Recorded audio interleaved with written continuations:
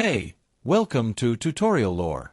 This video explains the Gulf Coast Community FCU mobile banking app and whether it's worth using.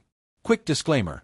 This is an explained review based on user feedback and online data, not personal use or a visual demo. The Gulf Coast Community FCU mobile banking app is a mobile banking platform designed for members of Gulf Coast Community Federal Credit Union to access and manage their accounts from their smartphones. The app allows users to view account balances and transaction histories, transfer funds between accounts, pay bills, if previously enrolled in bill pay in online banking, view images of cleared checks, and locate surcharge-free ATMs or branch locations. The app's main feature is convenience, checking your account status on the go, transferring money between your accounts, paying bills, and locating branches/ATMs anytime. It also uses secure encryption, SSL, to protect data transmitted between device and bank servers. If you found this video helpful so far, drop a like. Let's talk about how it performs in actual use.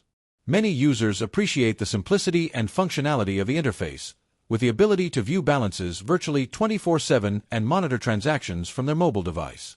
The app boasts strong ratings, 4.8 stars, for ease of use and reliability. However, there are some drawbacks.